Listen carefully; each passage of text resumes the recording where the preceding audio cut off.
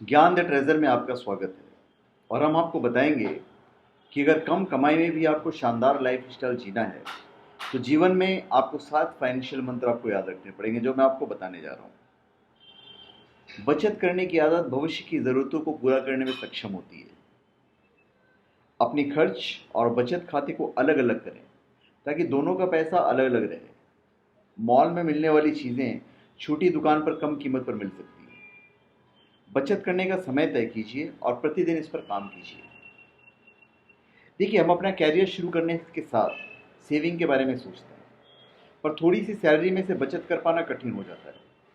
इसके कई कारण हो सकते हैं जिन्हें जिम्मेदार ठहराया जा सकता है, जैसे एकदम ज़्यादा कर्ज हो जाना, महंगी लाइफ स्टाइल, वेतन में कम इजाफा होना इत्यादि। अभी से बचत करने की आदत आपके भविष्य की ज़रूरतों को पूरा कर सकती है। तो चलिए हम आपको बताते हैं कि आपको वो 7 मंत्र क्या हैं। कमाई का आप ठीक ठाक आकलन कीजिए। पहली बात, आप बचत तभी कर पाएंगे जब आपको अपनी कमाई का सही सही अंदाजा होगा। आप यह ध्यान रखें कि आप कितना कमा रहे हैं, वेतन पैकेज और आपके हाथ में आने वाले पैसे में अंतर कितना है। आप जो पैसा कमाते हैं उस पर टैक्स भी लगता है। टैक्स देने के बाद बचे वेतन के आधार पर आपको अपनी लाइफ स्टाइल और भविष्य को तय करना होगा। नौकरी पेशा लोगों को अपना टैक्स जमा करने के बाद टैक्स फाइल करते समय इनकम रिटर्न टैक्स देना होता है। आपको इन सब पर विस्तार विश्लेषण करके ये पता करना चाहिए कि अंत में आपके हाथ में कितना पैसा बचता है। इसके बाद आपको ये पता चल जाएगा कि आपका सही वेतन क्या है। उसके बाद आप विभिन्न प्रकार के बिलों पर होने वाले खर्चों पर ध्यान दें, जिससे आपको ये पता चलेगा कि असल में आपका पैसा कितना है और किसमें खर्च ज़्यादा हो रहा है। जो भी अनावश्यक खर्च है उसे कम कीजिए। यदि आपने पहले कोई बड़ा ऋण लिया हुआ है तो उसकी जो भारी भरकम किस्त जा रही है उसे कम करने के लिए रणनीति बनाएं, ताकि ब्याज के बोझ को कम कर बचत की जा सके। अपनी तय व्यय सीमा से समझौता नहीं कीजिए। अगर आपको पता है कि आपका पैसा कहाँ कहाँ खर्च होता है और आपके पास कितना पैसा है तो आपका बजट बनाना ज़रूरी हो जाता है। इससे आपको अपने खर्चे पर नियंत्रण रखने में मदद मिलेगी। आपको अपने द्वारा किए जाने वाले खर्चों की पूरी तस्वीर आपके सामने होगी, जिससे आपको पता चलेगा कि आप अपने पैसों से क्या कर रहे हैं। नौकरी की शुरुआत में ये काम आपको बोरिंग लग सकता है, पर बजट बनाना ज़रूर है। ज़रूर बनाएं। किस दिन आपको किस चीज़ की ज़रूरत है, उस चीज़ की किस दिन ज़रूरत नहीं है।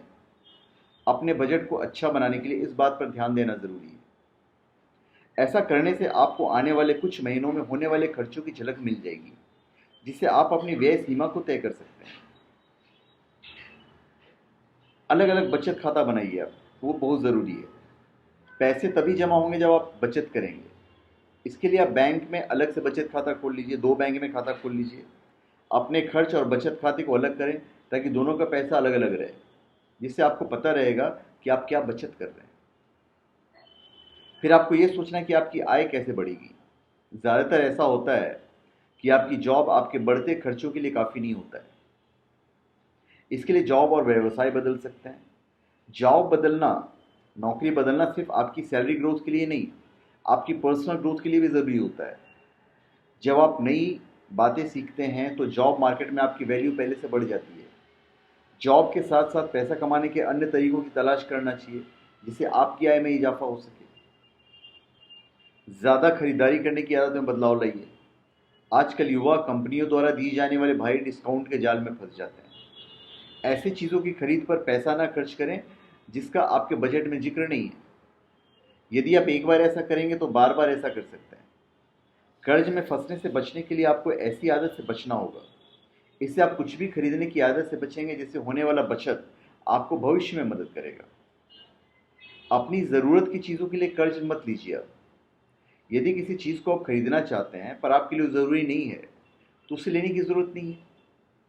विदेशों में घूमने के लिए पर्सनल लोन लेते हैं तो आपको कर्ज लिया पैसा तो वापस करना ही है ना, साथ ही उस पर लगने वाला भारी भरकम ब्याज भी देना होगा, जिसे भविष्य में आप बचत कर सकते होंगे उस पर भी असर पड़ेगा। इसके बदले आप अपने देश में कहीं घूम आइए ताकि आप बाद के लिए कुछ पैसा बचत कर सकें। खरीद की योजना बनाइए। आप ये समझिए कि आपको क्या चाहिए और क्या नहीं, किन चीज़ों पर आप ज़्यादा से ज़्यादा खर्च कर रहे हैं। चीज़ें लेते समय मोल भाव कीजिए। मॉल में मिलने वाली चीज़ें छोटी दुकान पर कम कीमत में मिल सकती है, वहाँ से खरीदने में कोई बुराई नहीं है। बचत करने का समय तय करें और प्रतिदिन इस कार्य को करें, तभी फ़ायदा होगा और आप बचत कर पाएंगे और कम सैलरी में भी अच्छी लाइफ स्टाइल जी सकते हैं। तो धन्यवाद। आप हमारे चैनल पर सब्सक्राइब करें और अपने कमेंट दीजिए। धन्यवाद।